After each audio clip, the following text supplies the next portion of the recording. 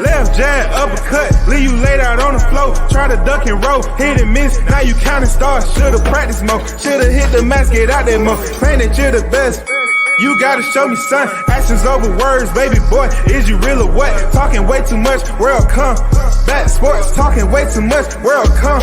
Back sports, talking way too much, world come. Back sports,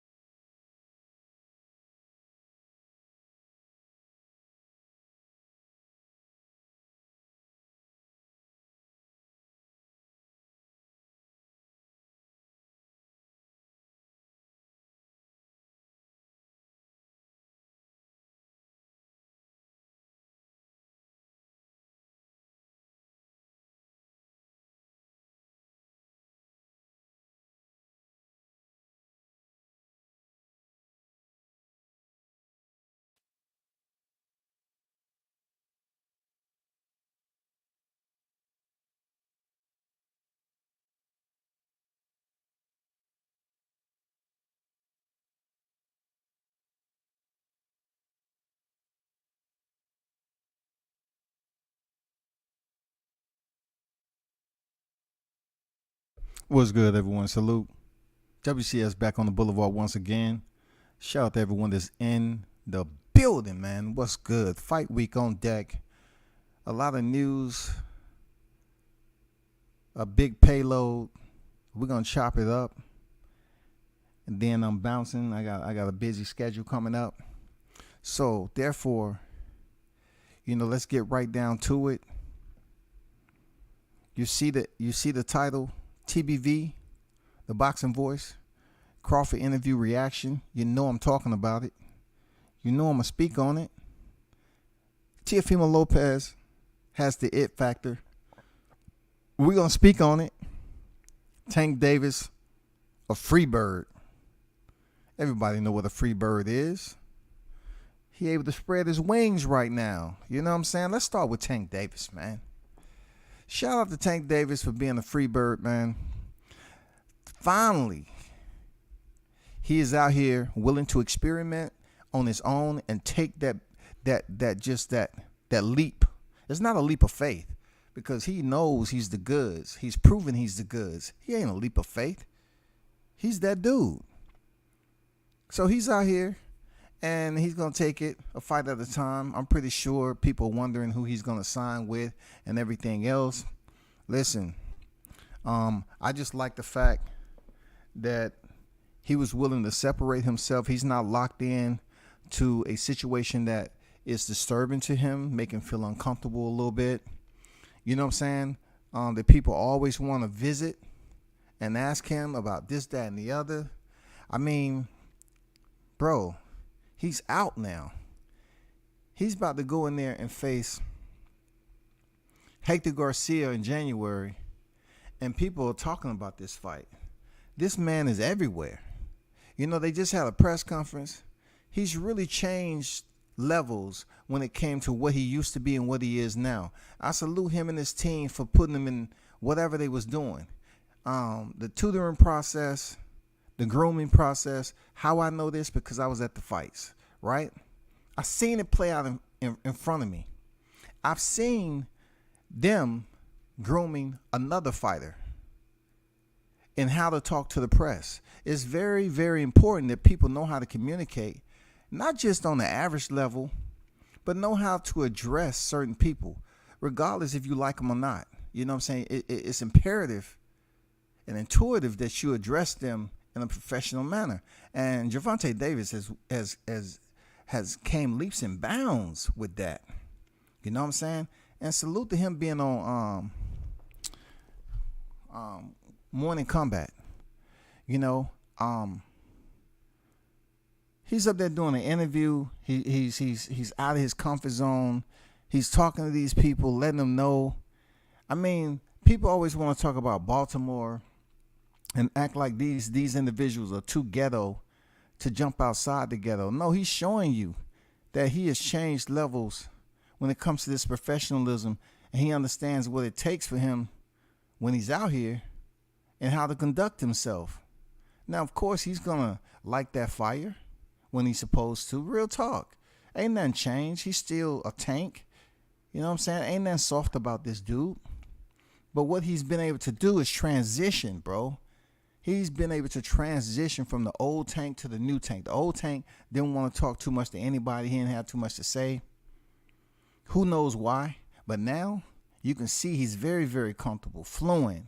He's making decisions as a grown-ass man. He's not even out of his 20s yet.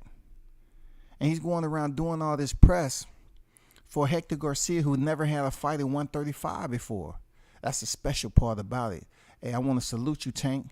You know what I'm saying? It's always good to see a brother, you know, understand how important it is to be professional. Everybody's way of being professional is different. You know what I'm saying? People act like when black fighters speak a certain way, we're selling out. We're doing something outside the normality for which, you know, we was grown into. No, that's not the case. You can learn how to speak and communicate to people and give them the smile every now and then. You know, make it seem like you happy to be there. And then they have good things to say about you in their articles. It matters, bro. Communication matters, bro. It's very, very important above all else. I always say this.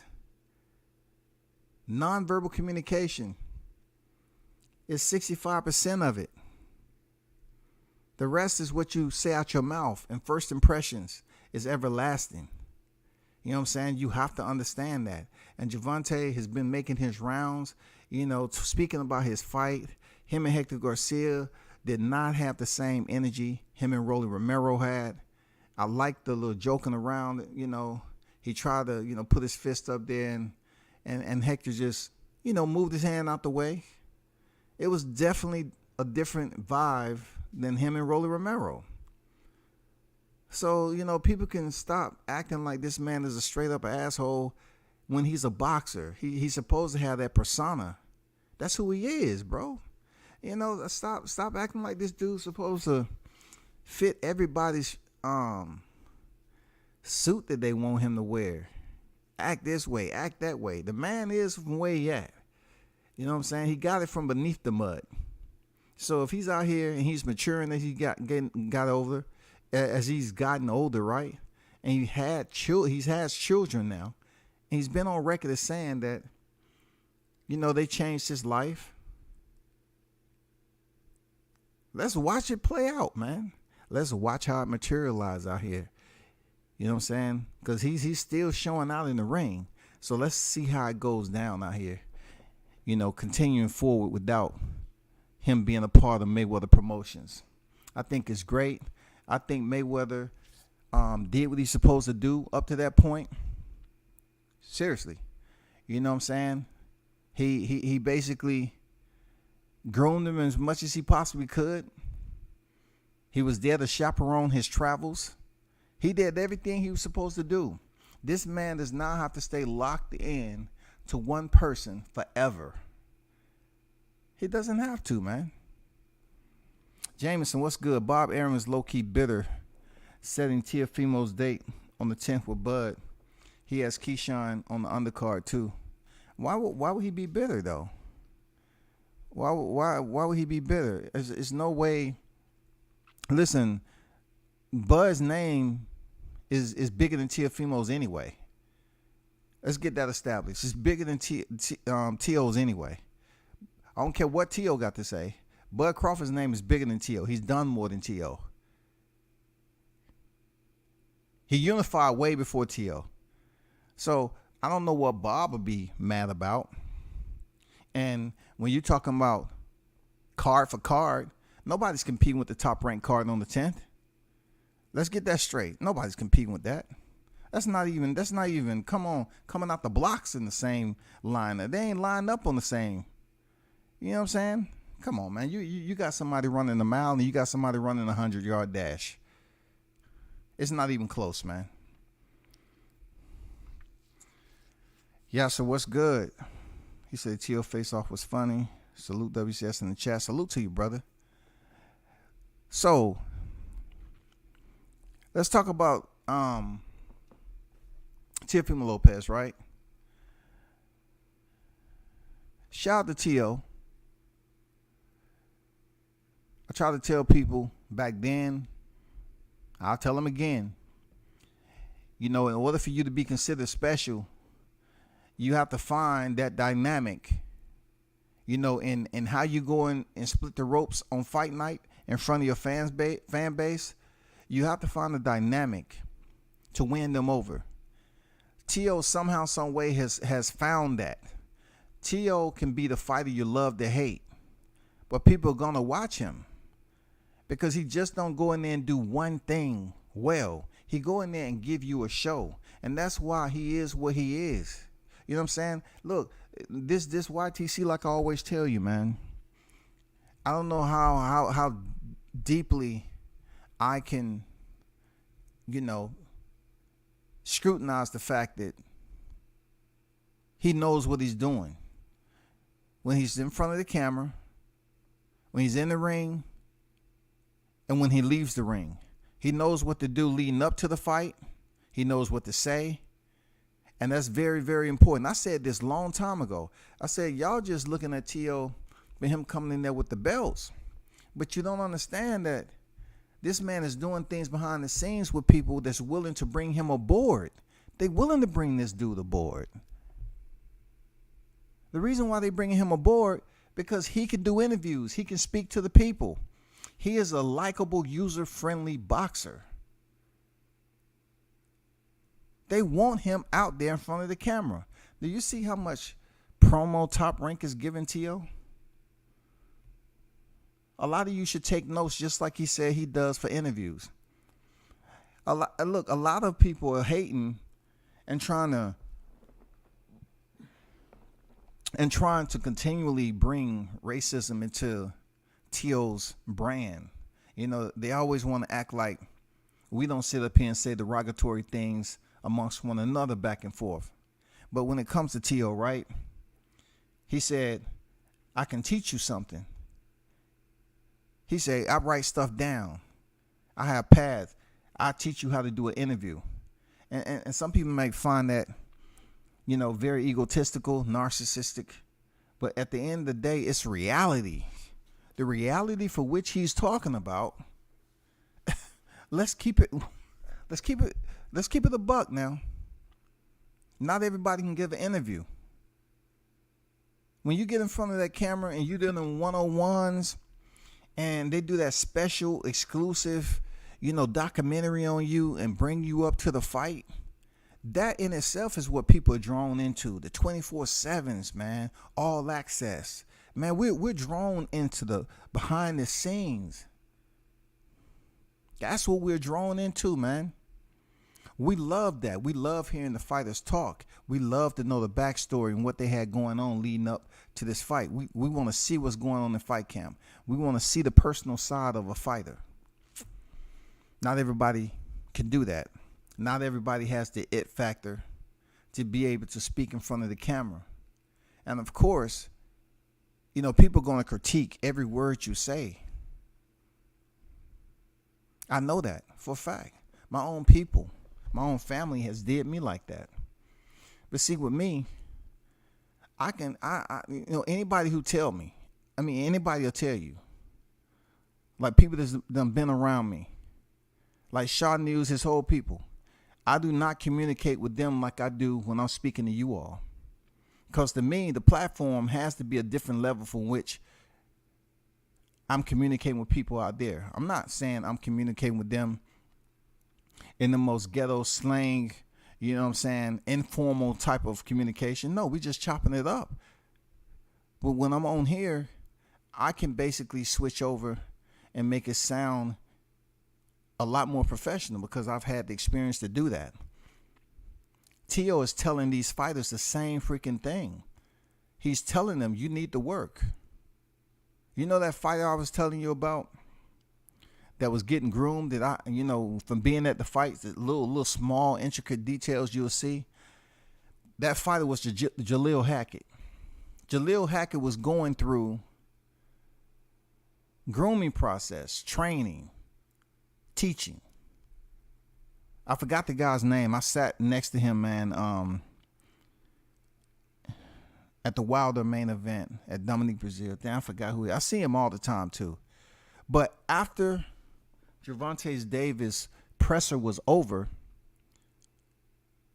the guy from Mayweather Promotions and Jaleel Hackett sat down, and he was, talking to him, going through like rehearsals on how you address the media, what to do, what to say, this, that, and the other. That's extremely important. And when I seen that, I liked that. That was a moment. I did take a picture, of course. I do have a picture of it. I'm gonna save that for the right time. Jaleel Hackett is still growing. I'm gonna say that for the right time, because I felt that was very, very conducive to him moving forward to get this training during the growing stages. And then once he's there, he already knows, because they've been grooming him, you know what I'm saying, teaching him, remediating, just like boxing. Just because you can talk with your hands doesn't mean you can talk to the people. It is a difference. It's extremely different. You see it on the YTC all the time, bro. You see people acting like their vocabulary consists of a solid 10 words. And most of those are not without obscenities. A boxer has to be able to go in there and have his professional side. And then when he's talking to his opponent, you know what I'm saying, the side that turn up the high energy, the electricity, where he can drop those obscenities and F-bombs and all this stuff. But when he's addressing media, especially in this day and time, especially as a black fighter, you need to know how to formally address the media. And Teofimo has that. He has that. It's very, very important. Like, him fighting Sandor Martin is what it is. He has to go in there and prove, once again, why he's one of the best in the boxing game today. He has to go in there and prove it.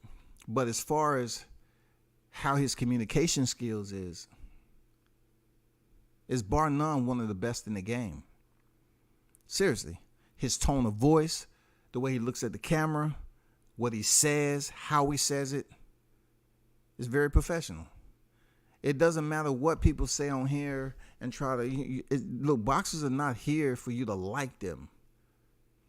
What did Terrence Crawford say? No matter how many divisions you conquer, or no matter what you do, not everybody's going to like you. That's true words spoken. No matter what you do in the sport, man, not everybody's going to like you. You can try and do what you got to do as much as you possibly can, man. Everybody's not going to like you.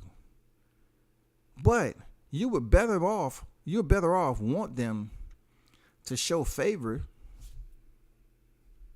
You know what I'm saying? Just based off wanting to hear what you have to say. You know, sometimes people, they may not like somebody, but they feel they'll stay close by with a listening ear rather, to see what they have to say, because it may be something that's important. It may be something that's educational. I'm like that. My parents didn't really teach me that. It's just I felt like it was something that was it was strangely, educational. Listen to somebody who you may not like or somebody you do like, assess the two, because sometimes people that you don't like, that doesn't mean they're dumb. You know what I'm saying? Personality doesn't have too much to do with your perception of what they're talking about. You know what I'm saying? The personality may be flawed, but their words may be golden.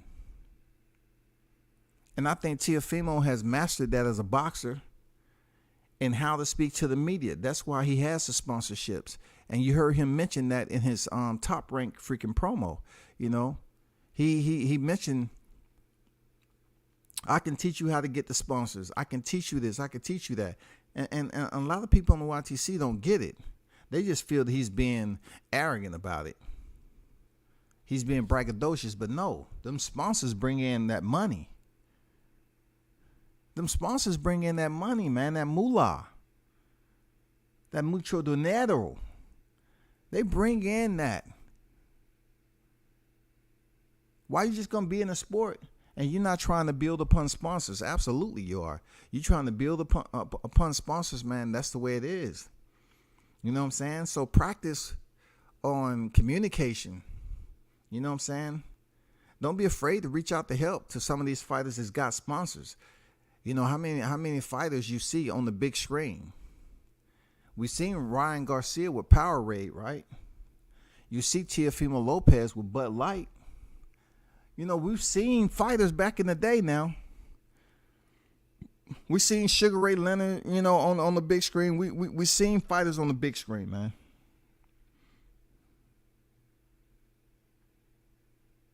But the selection process is very meticulous. It's certain areas that they looking for. It's just certain things they want to know if they can deal with. If they talking or they have them doing speaking parts. How will the crowd perceive this individual? It plays a part in it, bro. So all I'm saying to Team Lopez, man, salute to him. He's still one of the best in the game. People can sit up here and try to, talk about what he was doing. Man, y'all ain't no better. You know what I'm saying? Y'all know better. The same shit we heard of them going back and forth at the lightweight division. And up to now, man, y'all just want to find some way, shape, or form to keep on, trying to bring this heat on Teofimo Lopez because he didn't fight a certain fighter. Man, stop it, bro. You know what I'm saying? He is what he is. He's out here doing what he has to do. You know what I'm saying? Some fighters have sponsors. Okay, let me clarify that. Some fighters does have sponsors, but they don't have the big sponsors, the mainstream sponsors. The one that take you over the top, put you on their commercials, give you speaking lines, doing commercials. You're not just up there acting like a boxer. You acting like you built for the damn screen,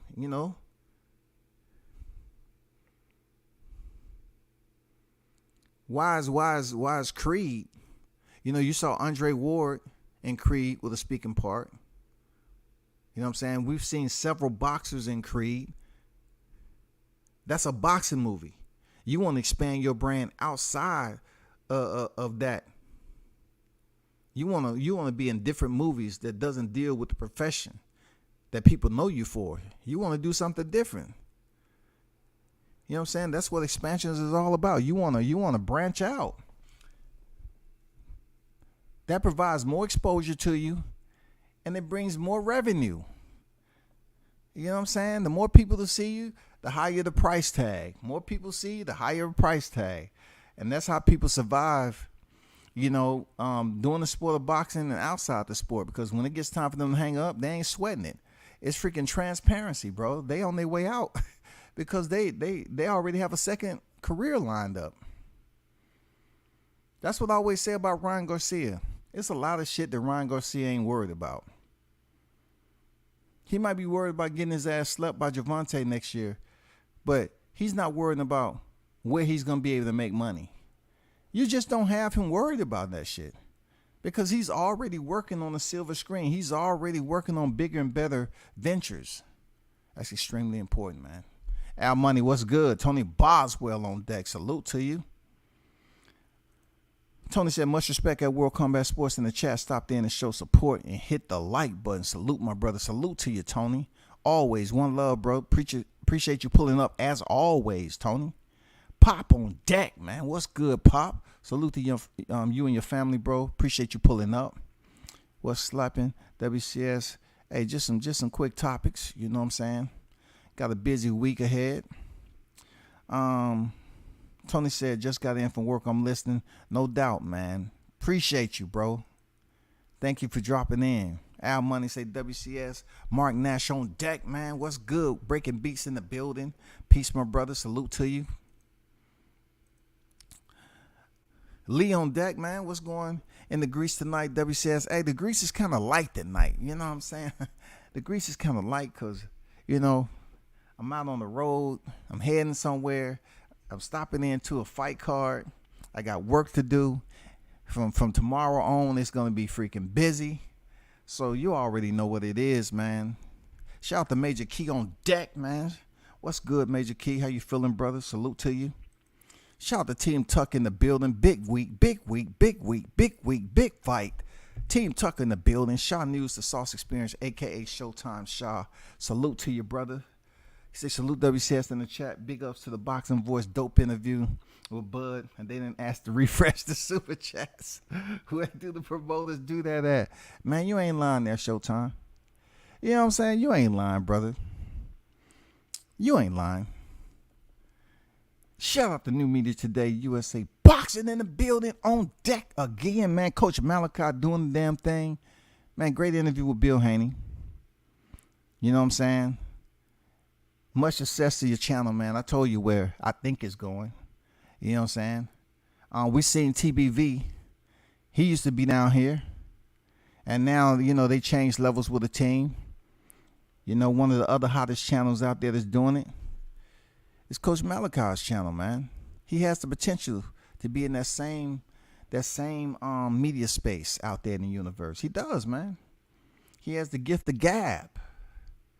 You know what I'm saying? Bill, you know, he don't get over cheesy when people on there. You know, he know how to conduct an interview and keep the shit interesting. It's very, very important. You know what I'm saying? Keeping the dialogue active, keeping your audience engaged. You know what I'm saying?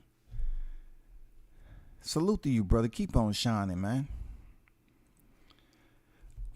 And shout out to Bill. I did put a comment up there, man. You know, Bill Heyman, like I say, man, he's smooth with what he do. Me and him around the same age. You know what I'm saying? I didn't say anything with malice, but, you know, like I say, Bill Haney knows how to get gutter with it, and then he knows how to, you know, be semi-professional with it, and then he knows how to be professional. You know what I'm saying? That's all I can say about that. You know what I'm saying? Big shout out to him and his team, man. You know what I'm saying? We had our words or whatever, but no way, shape, or form I dislike the brother. I know my limits with him, you know, as far as, you know, his support of me and my support of him, period. But it's nothing malice, none of that shit, man. Y'all keep on growing, you know, father and son tandem, doing what the fuck you do, man. So, speaking of what Shaw News mentioned, we did have something to take place, right? And TBV, the Boxing Voice, man. Shout out to them. Shout out to Ness and Danny. More so Ness, because, you know, I was able to be in the trenches with Ness, you know, when he was out there grinding. So did Showtime. And he's came a long way. Now he at that pinnacle where they have a team. They're on a much larger platform. They have assistants. They're able to give the audience much more quality interviews with big names. And a big name dropped in, man, on Fight Week. God damn. Terrence Bud Crawford dropped into the Boxing Voice.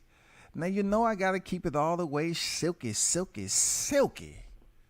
As much as I've been talking about Terrence Crawford, haven't been to a YouTube video, like a YouTube channel, and did a video, an interview. I haven't seen a video out here of him visiting the YouTube community. I'm not talking about the Akim Rocks and all them people that has whole freaking damn sponsorship behind them. I'm talking about the average YouTube channels, you know what I'm saying, that's out here. And pretty much, he pulled up on the Boxing Voice. And the interview was great. You know what I'm saying? The interview was great. So I hit Ness up and asked him, could I play the audio? I always call Ness up and ask him, you know, straight up. Because he worked hard to be in that spot, man. I don't give a damn. People say he this, that, and the other. Man, he worked to get where he was, bro. So whenever I want to use some of his audio, man, I hit him up and make sure I keep it professional, bro. You know what I'm saying? So let's listen to this audio of the pound for pound champ. And y'all be sure to hit the like button, man, because what I'm looking at right now, and I got 22 in the building and 14 likes, man. You know, just get the likes up, man. I'm almost at 9,500 subs. So if you're in the building, you haven't sub to the channel, bro. Let's go. Let's go. So let me bring this up right quick, y'all.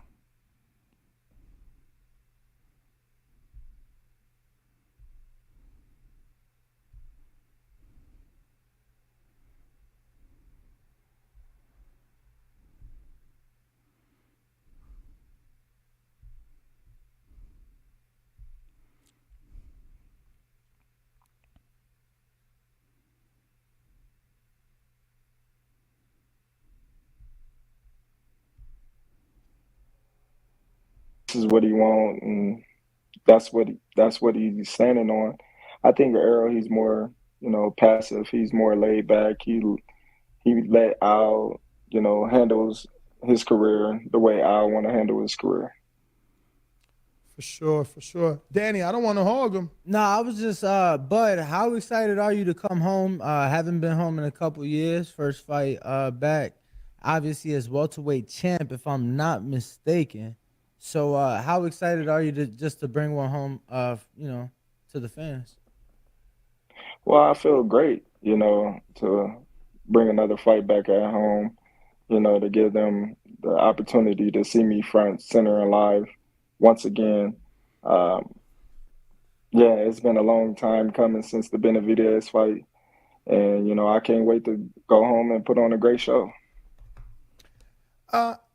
Crawford, was it ever an option for you to have a 3-fight deal with PBC, or was it that you only wanted one fight?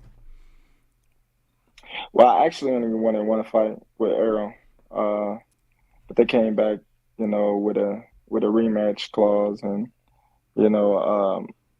if we split, then it'd be a 3-fight with me and him. So you or them never expressed interest in you having a similar style of fight? Obviously, they weren't going to give you what you're getting for this one, but did they ever express, hey, come fight whoever, to introduce you to the audience or the PBC, family, nothing like that? No. The only person that was on the table was Spence. That was it.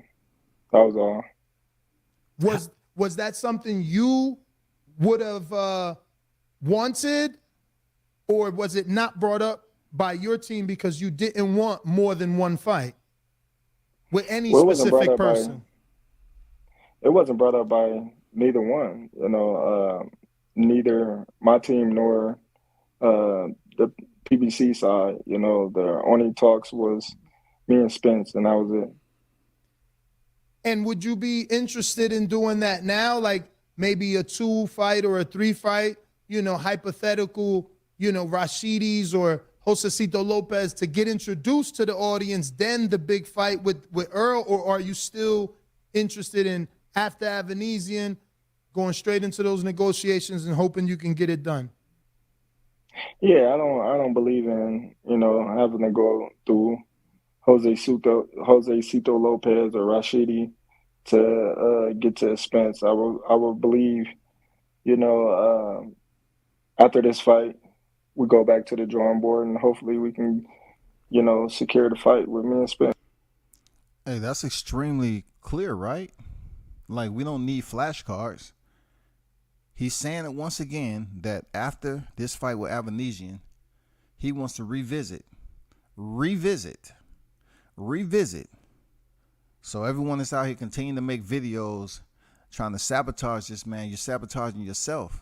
He wants to fight. He's telling you ahead of time, preamble, that he's revisiting negotiations. He's revisiting. So no matter what all the rhetoric that you put out there and the criticism that you say about this guy, he's letting it be known that after the Avanesian fight, he wants to freaking go back and revisit this fight with Spence. He wants Spence. He wants Errol Spence. That's the fight he wants. Just like he wanted it this year. And he wanted to fight this year, but unfortunately, PBC had other plans to schedule the fight for next year. So therefore, there was an offset to his calendar, and he had to walk away from it. That's it, people. How soon after the fight do you go back to approach that, or is it something that you have to wait till Spence gets in the ring? No, if he don't fight, if he don't have anything lined up, then we can go right into it and, hope for, fingers crossed that we can, secure a date, and we can get it on. Hopefully we can secure a date so we can get it on. I mean, it's pretty simplistic, right? That's basic shit right there. He said if he don't have anything going on, we can secure a date. Hopefully we can secure a date and get it on. So as of yet, we haven't heard any fight date announcement or anything from Errol Spence. We don't know what he has going on. We don't know if he's in the gym, any of that. But once again, Bud Crawford is on record injecting this back into the haters and letting you know that he has no problem after the fight. If Errol doesn't have anything actively scheduled, he wants that fight. I don't know how much more you want to hear. He wants to fight. So really, if it's anything other than him wanting to fight and you want to say he's still from the fight, then it's irrelevant for me to even speak on it because you on some childish shit, some grade school type of damn casual boxing fan shit.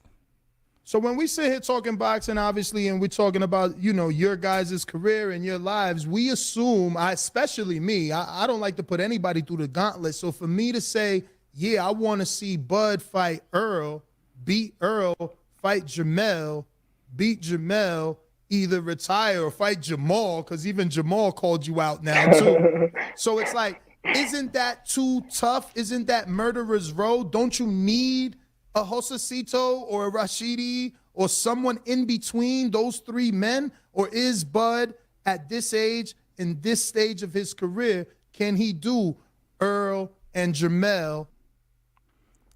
So when I hear a question like this is a loaded question, y'all, from Ness.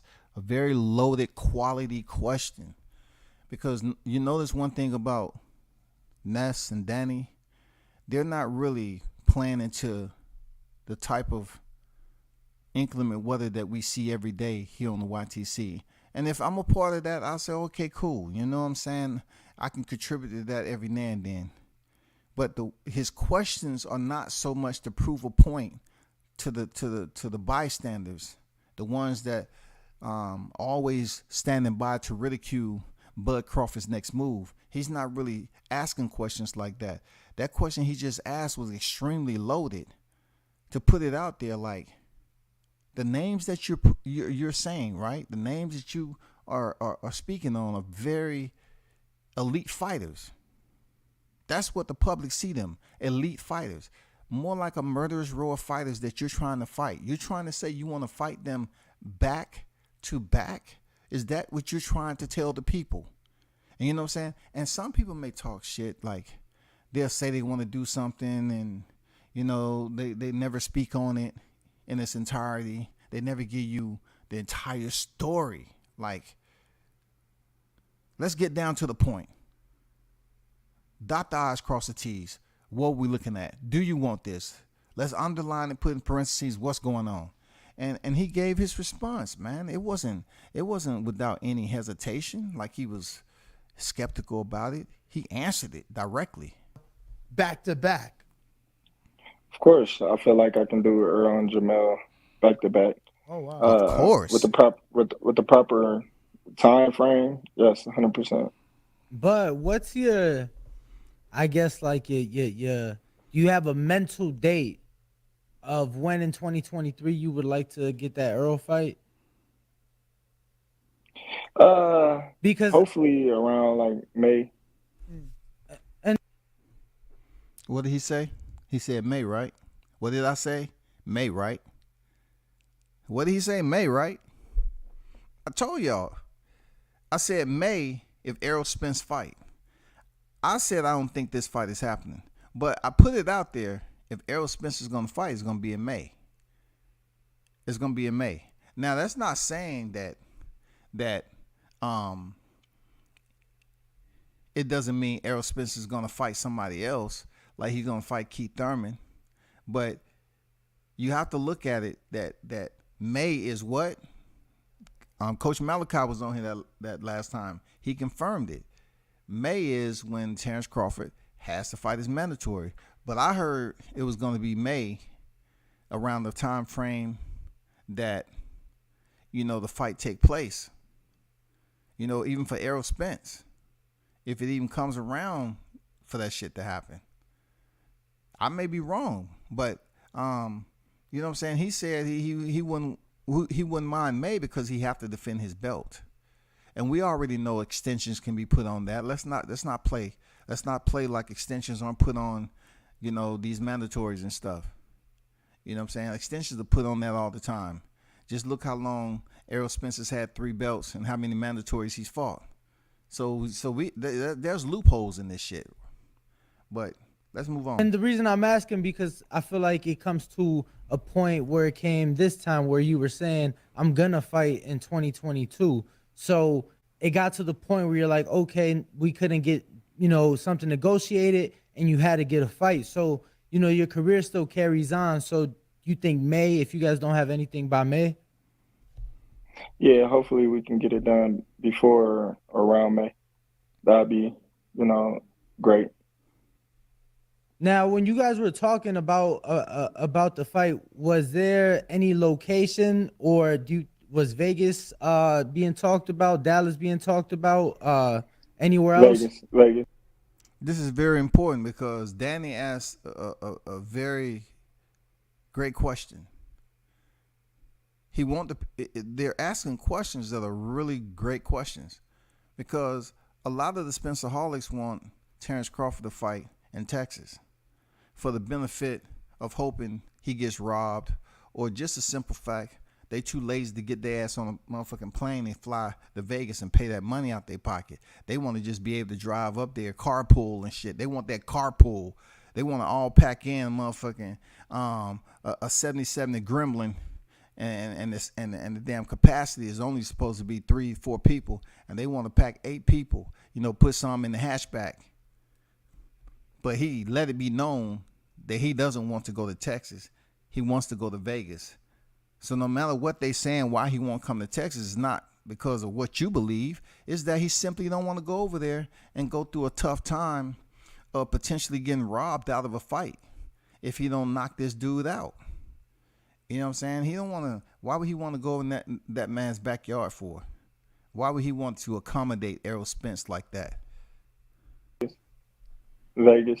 Is that something that to you wouldn't do? Because I don't know. I mean, we've seen your attitude. You strike me as a guy that wouldn't mind beating someone's ass in their own backyard. And I also feel like wouldn't you guys draw more people in the Jerry Jones Stadium?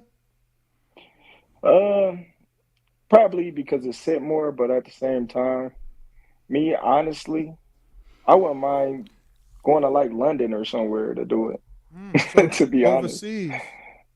Okay. yeah, I wouldn't mind, taking it, over What there about Saudi? to But now you got to pay two taxes, champ. You got to that pay. too, You know what I'm that saying? too. Now you got to pay two taxes though. You know what I'm saying? You got to pay them a Yeah, tax. but you You you know. gonna you gonna make more though. You gonna make more though. You Mhm. you Trust think me, you think you guys will make more in the UK? 100%, Wow. So 100%. so I don't know if anyone's ever asked you this, right? But since Interesting, Hold huh? on, hold Interesting, huh? You know what I'm saying? We never heard anybody from the Arrow camp want to go over there besides to scoop up a belt from a battered Kell Brook, but he want to go over to the UK for an undisputed fight. You know where they going for that fight. You know the fans are gonna come out for that fight. Seriously, they will come out and see that fight over there. hold on. No, why? I want to know why you think that, champ. Because the UK support boxing more than the United States. Yeah, but they're supporting at a $25 pay per view and $10 tickets. You know what I'm saying? It's a lot Yeah, easier but to when you look support at out there, and they don't have nothing what you else. got, They don't have nothing else to support. okay then. So you just made my point. There's not a lot going on out there, and they don't got a lot to support. So when you got Tyson Fury or AJ going out there fighting in the UK and they drawing 60,000 people, in a stadium, then what that tell you? Well, champ, all I'm saying, if they ever step in the ring, I bet you they won't fight in the UK. I promise you that. yeah, they was getting offers fielded from Saudi. They already saying Saudi for that fight. Yeah. The Saudi because they gonna give you that upfront money, of course. You know what I mean? But where AJ been fighting at? The UK, Middle right? East. Nah, he just fought. He just He just fought in. he He just just fought fought in Usyk. Saudi. He just fought Usyk in Saudi, but before that, prior to that, have you been He fighting fought at? another fight Where in was Saudi, the the first rematch from Usyk fight Ruiz. I know that the last two, the Ruiz first and second was in Saudi. No, the first one was No, actually, in New New York. York. First and one was and New the York. second one The was second Saudi. was in Yeah. Saudi. The Middle East, Yeah. the Middle East is pushing tourism so much that they're overspending. That's why they Yeah. got the World Cup. That's why they got the World Cup right now. Let's hope they throw They you and they Earl some money, they man. they putting that bag. They putting that bag over there. They putting that Mhm. bag over there. You right. Yeah. You right though. Before the second Usyk fight, he had back-to-back fights at home. Pulev Yeah. and then Usyk, but I don't know that it's bigger than the United States. Like the They people, support boxing. they do They support boxing more over there. a When you million look at the percent. UK, when you look at the UK, and when you look at United States, UK it goes soccer then like boxing. When you look at United States, it go like NFL, NBA, baseball, then some maybe boxing or maybe something like boxing is way on the downside of USA,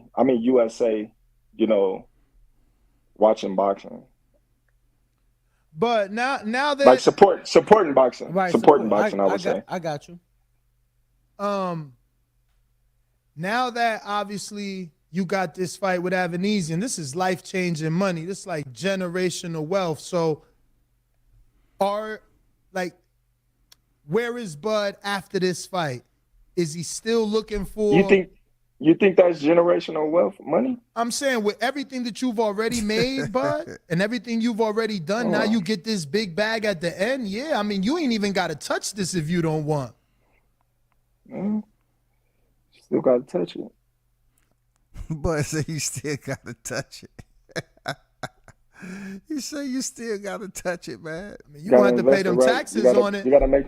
You're going to have to pay the gotta taxes make on the it, money. but literally you don't have to touch it. I mean, obviously you won't make the amount of money you'd make if you invested in interest, but technically speaking, you don't have to touch it. Like, you know what I mean?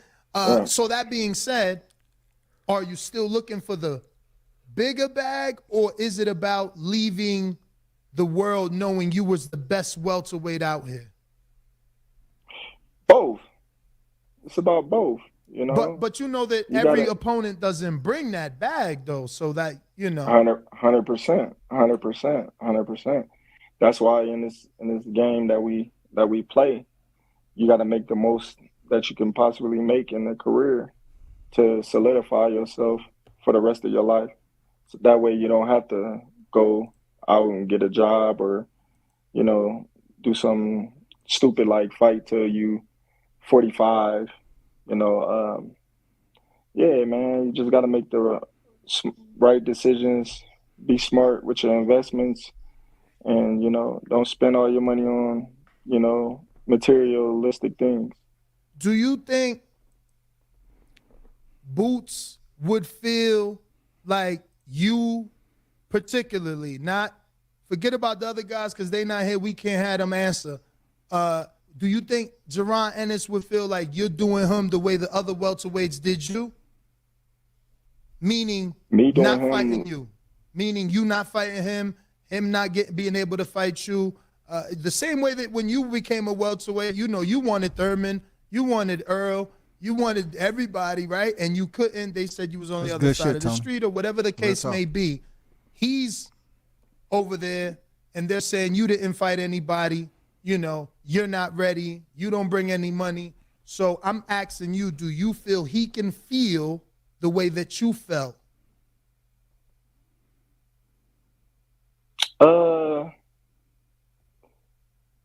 on his side, yeah, but not with me, no, because And his name never was mentioned for me to fight. But He said they was never mentioned for them to fight. Quite different than what we've been hearing on here when people try to glue narratives together. You know what I'm saying? To put puzzle pieces and the shit don't fit. You know what I'm saying? Fuck the glove. These little puzzle pieces they try to put together up here, and they know that them pieces ain't fitting properly. And they just try to goddamn trim the shit so it can fit anyway. It's not giving you the picture that you want. Boots wasn't calling out freaking Bud like that. And then, for anybody to say, well, it's somewhat the same scenario of Keith Thurman and Errol Spence. When Errol Spence was calling out Keith Thurman, he didn't show him any attention. No, it's nowhere close to that type of current. That current was never going between these two fighters. Never, bro. Like, I know people want to talk about it because it sounds good and they feel like they want to be the damn phantom matchmakers and put these names together all the time. Oh, they was doing it earlier this year. Oh, but he ain't fight nobody. Go fight Boots. They've been the ones up here twiddling their thumbs trying to make that fight happen. Going to palm readers and trying to get shit. Going to foreign countries and trying to get voodoo done so this fight can happen in Texas. You know what I'm saying? They so angry they would want Bud Crawford to fight Boots in Texas, goddammit. Just so they can feel at home next to their emperor. for him to fight, Keith Thurman and Spence and all those guys over there, yes, I feel like, he should have had the opportunity to fight those guys over there. because you feel over there he's on that side of the quote unquote street. For sure. But He should have had the opportunity. I think it's. but you know that he's not. Hold on, I don't know. But you know that he's not with PBC. But he fight on Showtime. He's a Showtime fighter. So, Definitely. he's highly ranked in, the sanction bodies, over there. And, I think he's ranked 2 or 3 in the WBO. So, it's all about, his management, his managers, and how you know them well. they yeah, but I know Cameron. I know Cameron is his guy. I know. The reason why I say that is because I know how Cameron, move him. Cameron never moved Boots in a fast way where he was like, all right, I'm gonna demand him to fight a title eliminator and demand him to, get a title shot right now. Cameron's not gonna do that. So you don't think Cameron will make him a mandatory right now? I thought you were speaking like in the past. You don't think? No. Right now, he's definitely there. Right now, he's definitely there, 100%. You know, but I'm saying how, you know, moving him, you know, the reason why he haven't had the opportunity to fight those guys over there is because Cameron wasn't moving him in a way where he wanted him to fight Absolutely. those guys at that. That's true. If anyone deals with behind the scenes, that's true. Cameron Duncan does be moving fighters to his own pace, man, his own cadence, bro. And sometimes that cadence is extremely slow. You know what I'm saying? I.e. Brian Norman Jr. He was in that situation. They finally got out. Salute to them, man. Time, But you know, right now he's ready. Yeah. But now we all know that the leash is off of him. And this is the question that I'm saying that nobody's ever asked you. Like, would you feel like I'm going to fight that guy since ain't nobody else fighting him? Nobody else want to fight him. They calling him the boogeyman. Would kind of like Canelo. I know Canelo brought more to the table for Floyd, so it's a bad metaphor. But Canelo still. Extremely bad metaphor because, you know, boot centers, to be honest, have not achieved anywhere close to the stratosphere or grabbing just a corner of one of those stars. But I get what Ness is saying. People are bigging boots up without the credentials. That can be dangerous. But it's just them. It's just them bigging them up. At least they're mentioning his name. At least they see the promise. You know what I'm saying? At least the fans are talking about him. So he's doing something right. Seriously, he's doing something right. But listen to Crawford's answer. Okay, pay attention to the Spencer. Pay attention, Spencerholics, because you seem to misconstrue his words and seem to, you know, it gets a little grainy when it comes to you absorbing this information and how it's transmitted back to the mid part of your brain, where that shit just disappeared before it's cataloged. Still was a bad young man when Floyd decided to fight him. I'm fighting anybody. Bam! I don't know how much clearer it get. Shout out to the Boxing Voice, man. Great interview. He said he'll fight anybody. So y'all keep on throwing names up there. The Boots Centers, the Mel Charlo, the Mal Charlo, freaking Abraham Muhammad. I mean, he'll fight anybody, bro. You know, once again, this man is saying he'll fight anybody. He wants to further establish his legacy with greatness, and he wants to fight anybody. Stop the cap when it comes to all this ducking shit. The one that's sabotaging and basically deteriorating this whole fight conversation between Spence and Crawford is individuals on this YTC that choose to keep that name in their mouth in a negative way. I mean, like, create scenarios that's untrue. I'm fighting them all. I don't care. So let me ask you. But my main focus is Spence. You know what I mean? After this fight, but my main focus really is David Avenesian, because I'm not really too much focused on anybody else right now. Well, knock on wood, because I want Spence too. I want that to be clear. I promise you I want the Spence fight. Let's say, you know, for whatever fucked up reason, we can't get that Spence fight next. Do you think that after the failed negotiations in any world, Steven Espinoza is willing to sit down with you and bring Boots to the table, bring you to Showtime for, you know, a Terrence Crawford Boots pay-per-view? Of course. If it makes sense, of course. Okay. I always thought that was an option. I thought that's where they would have at least started. It's crazy. But we seen Avenesian get on the plane yesterday. Yeah, I heard he was in Omaha. He got in there last night, so you know, it's almost that time. You think he came in with enough time? 8 days out? Gotta acclimate. Yeah, I don't think it's too hard. Crawford said, I don't think it's too hard. I've seen a lot of the interviews that you've done. Obviously, you consider him a tough opponent, and you've mentioned on numerous interviews how other people turned him down. and that other people wanted to fight him. So obviously, based off research, it seems like Jerron Boots Ennis and his father wanted to fight Avanesian at one point, couldn't get the fight, but I couldn't see who turned down a fight with Avanesian. So who were you talking about? Man, I don't know. I don't know. With that smile, you don't I know. don't Look like know. you know. I don't know. I don't know. I don't know. Listen, we fighting, and it's gonna be a great fight, and I can't wait. That's all I know. It's funny because this week on the line, one of his past opponents is on the line. The only man to knock out Josh Kelly is David Avanesian, and he's going against Tom Williamson or something like that. So it's, again, we don't have enough data to know, is Kelly chinny or is Avanesian a big puncher?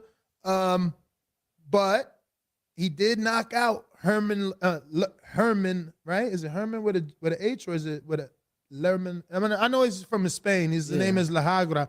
He used to be a Lou DeBella fighter. He beat him twice back to back. Did you watch any tape on him, or you leave that to the trainers? Yeah, yeah. No, I definitely watched tape on them. Which fight did you I watch? watched those fights. Oh, okay. I watched pretty much. Man, I got man, I watched a few of his fights. Even the fight where he fought Shane Mosley. Yeah, so I've been doing my homework. How much homework do you do, and how much homework do you let Bomac and the team do? Because I'm sure that they're watching Well, probably even more film to draw up a game plan. So how does that work? Or do you guys sit down together to watch the film? no, not at all. See, I let them do their thing and I do mine. Because at the end of the day, once we get in the ring, everything is going to change anyway. These fighters, they might fight one person one way and then it'd be totally different when I get in the ring. So, my coaches, they dissect and study a fighter, and when we go in the gym, they had a game plan to have the things that they have me working on. But in the back of my mind, in the back of my head, I have the things that, I want to do as well. How important is this knockout streak to you, man? Because no one else in the welterweight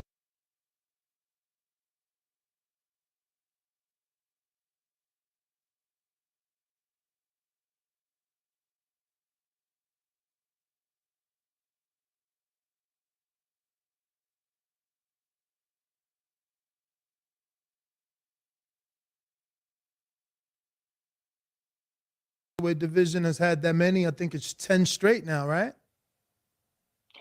I don't know, man. Listen, Really? I just go in there and try to get the win. I don't really too much focus on whether I knock somebody out or not. My main focus is make sure I get the win. But Because at at the this end of the day, point, Bob, whether with so many in a row, you telling me that's not in your mind? no, Oh, wow. no, And I was because it don't matter. It don't matter if you don't get the win. If all the only thing that matters at the end of the day is the win. Because it's all gonna resort to the same thing at the end, a win. So I don't want to go in there looking for a knockout and you know rushing into things or get caught with stupid shots that I shouldn't be getting caught with just because I'm looking for a knockout. So I got Brandon in Houston that says, with it being fully understood that you wanted to fight before 2022 ended, if PBC could have assured you that Spence fight would be 100% happening in January, would you have been willing to wait for those few extra weeks? No, Me because I neither. already stated that I want to fight this year. So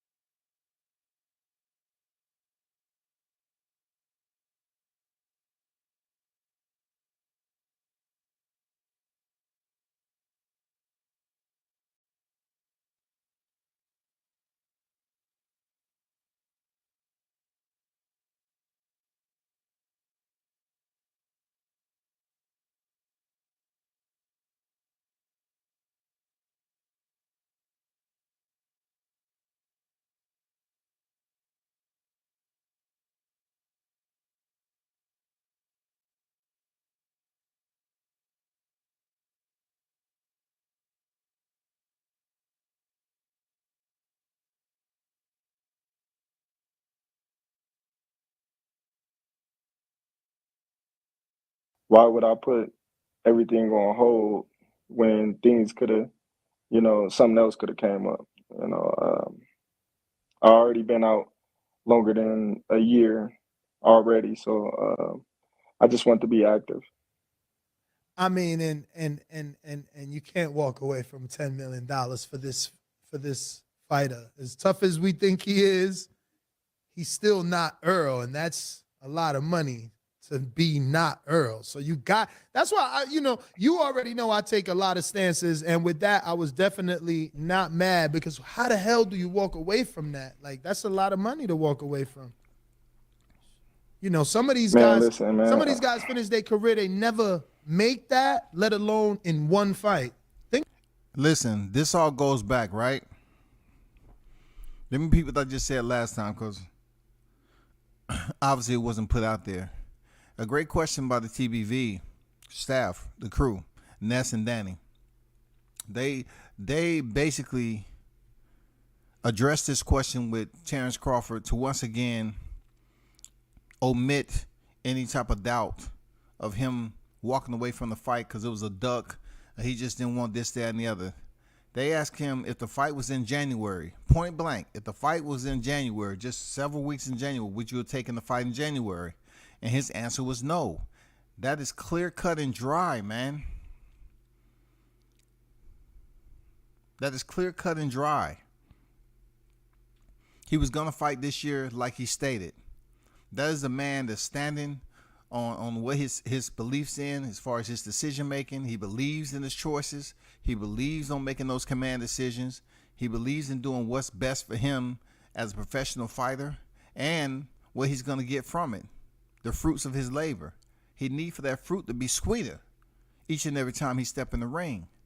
So therefore, if he wanted to get a bag of fruit this year, $10 million worth, there's nothing wrong with him doing that. There's nothing wrong with that.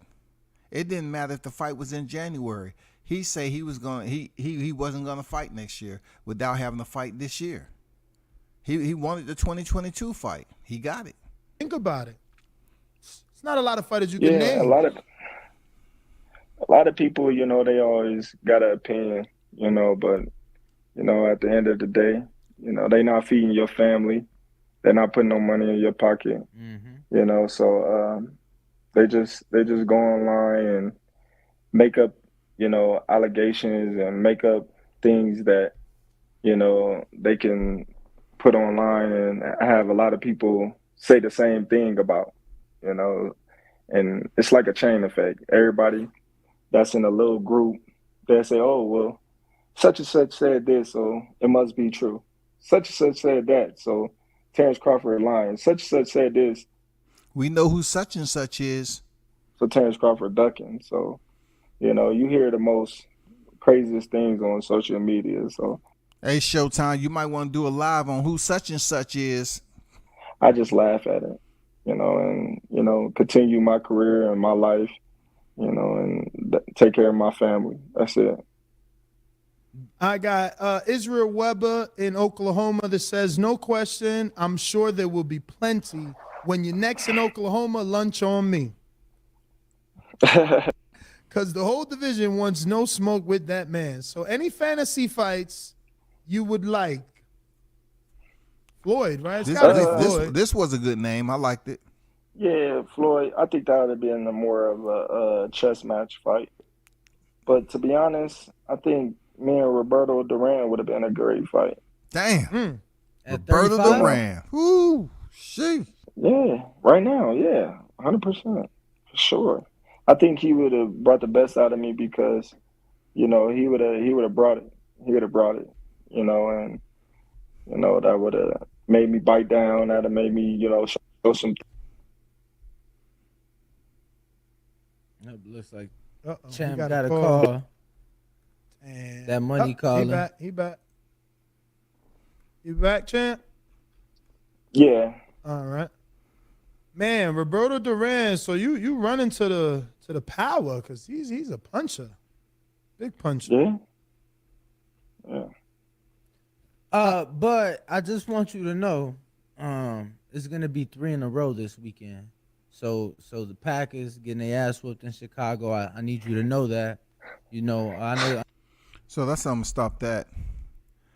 My entire purpose was just to provide you some audio visual, well, audio without the visual of TBV. Thank you, Ness. You know what I'm saying? Very, very informative live stream that you did with the pound for pound best Terrence Bud Crawford. It was good to see him actually take the time. That just goes to show you, if they feel you who you are, you know what I'm saying, they'll pull up, man.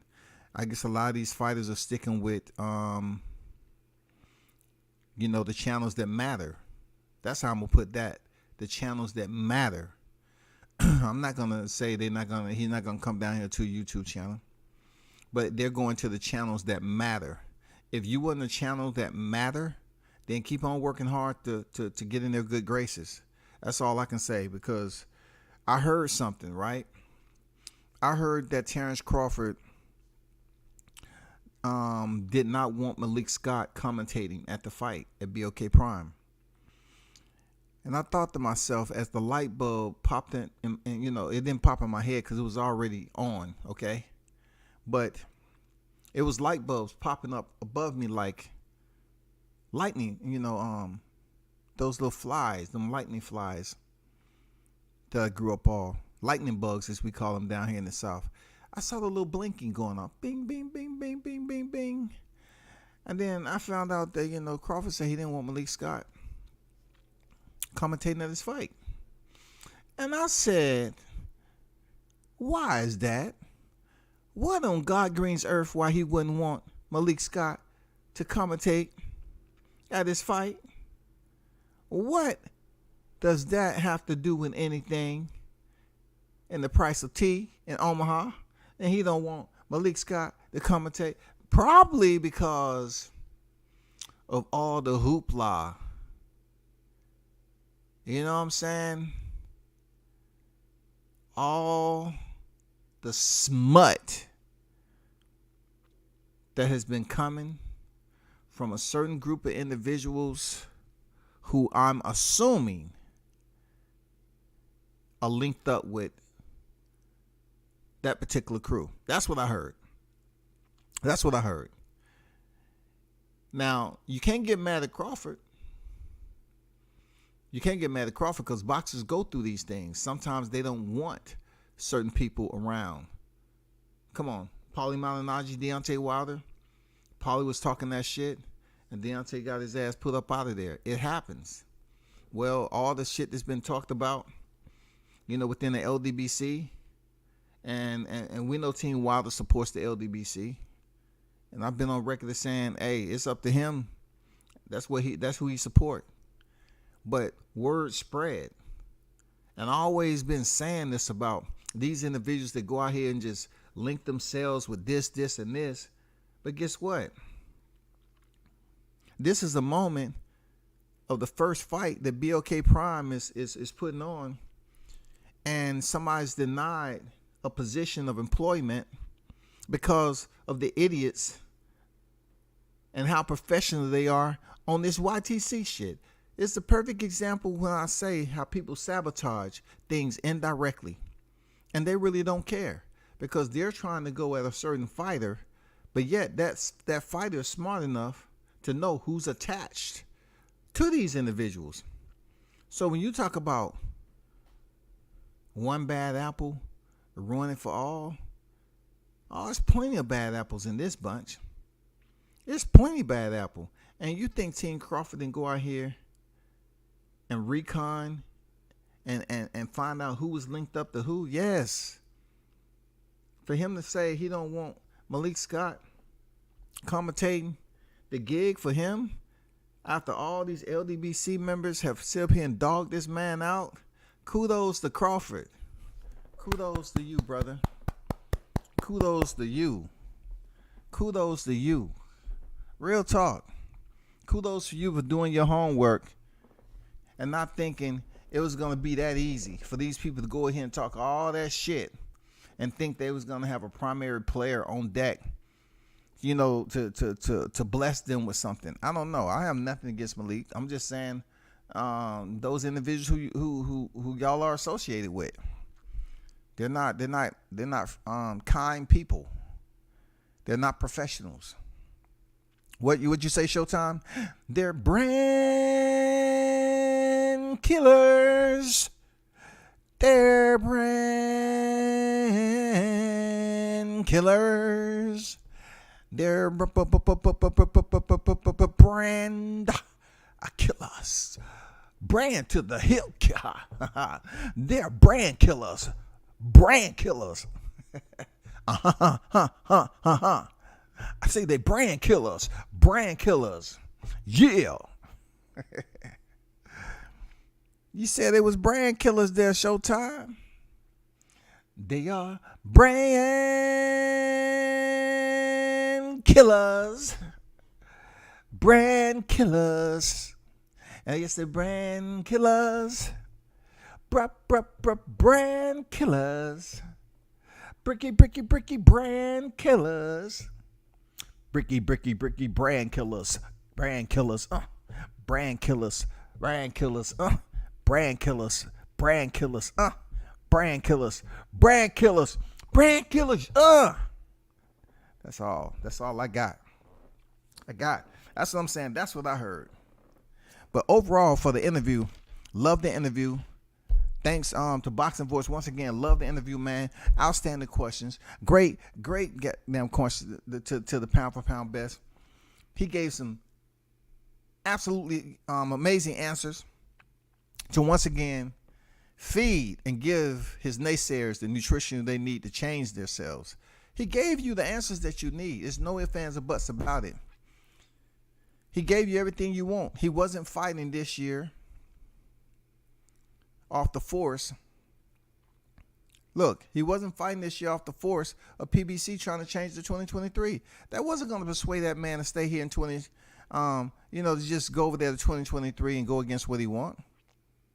He wasn't going to fight in 2023. Only if some type of damn heavy object landed on his ankle or whatever. That's the only thing that could have took him out, man. If boxing shut back down for the pandemic, that's the only thing. But besides that, bro, come on. Let's be honest with ourselves, bro. Let's be honest, man. Let's be fair. Let's be fair, y'all. Seriously, let's be fair. We put it out there. All your answers were right here given tonight on the Boxing Voice. They provide you ample answers to all the questions been going on about him fighting this year, bro. What's his thoughts on Errol Spence? Is he going to revisit Errol Spence? He made it perfectly clear it'd be around May. Of course, that's around the time he has to make that mandatory. He put it out there about Boots Ennis. He put it out there about anybody. He said, I'll fight anybody, including both of the Charlos. And it's also explained and asked by Ness about the Murderers Row. Those names are Murderers Rows. They're very tough fighters. And he said he can go back to back with them. So if you're not understanding this man is cut from a different cloth, and he's all about it. He's all about stepping up and taking on the challenges, man. I don't know what to tell you. It's too much. It's too much, real talk. It's too much to go back and forth with just to say, well, hold on for a second.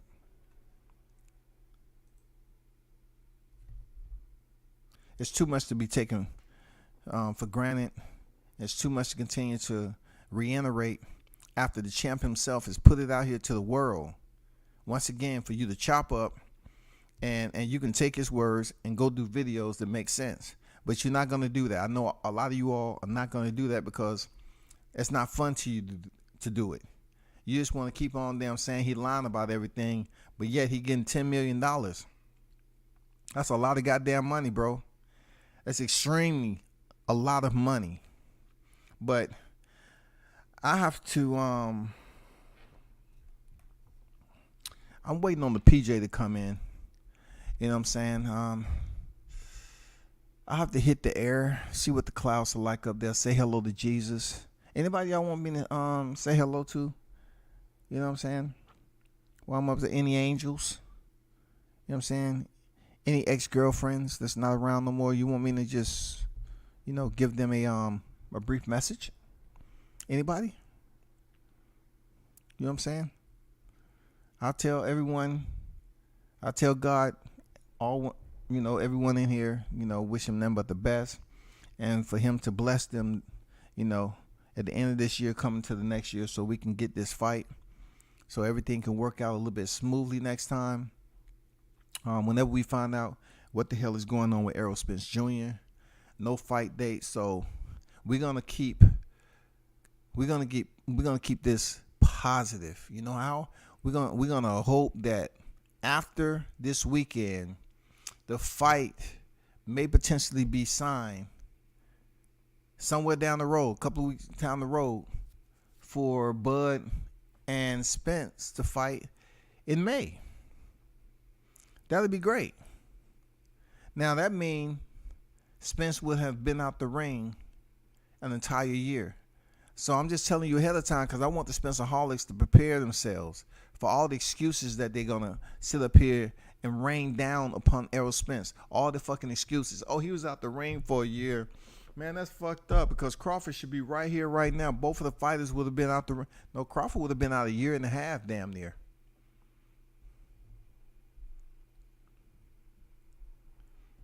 He would have been out a year and a half. But he's able to get in training camp. He steps in there. December 10th, Omaha, Nebraska, man. Go check it out. Great fight card. Madison Square Garden. Top Rank Promotions, man. It's going down. Teofimo Lopez, Jahad Tucker, Bruce Carrington, Jared Anderson, Keyshawn Davis, Xander Zayas, and some other fighters on there. It's going down in Madison Square Garden doing Heisman Week, and look forward to putting in that work. You know what I'm saying? I'm trying to make my way over there. If all else, you know how the winners goes, to try to stop down in them Omaha mountains. You feel me? But we'll talk. We'll chop it up again. Shout out to everyone that was in the building. It's about to get wicked this week. You know what I'm saying? About to get the camera up and rolling. About to make this shit pop. And everyone who tuned in and supported the channel, man, just by your presence alone, I salute you. Shout out to the Boxing Voice for letting me use their audio. And we will see you sometime or another in the next 48 hours. Until then, turn up and tune in to World Combat Sports, man. I'm out.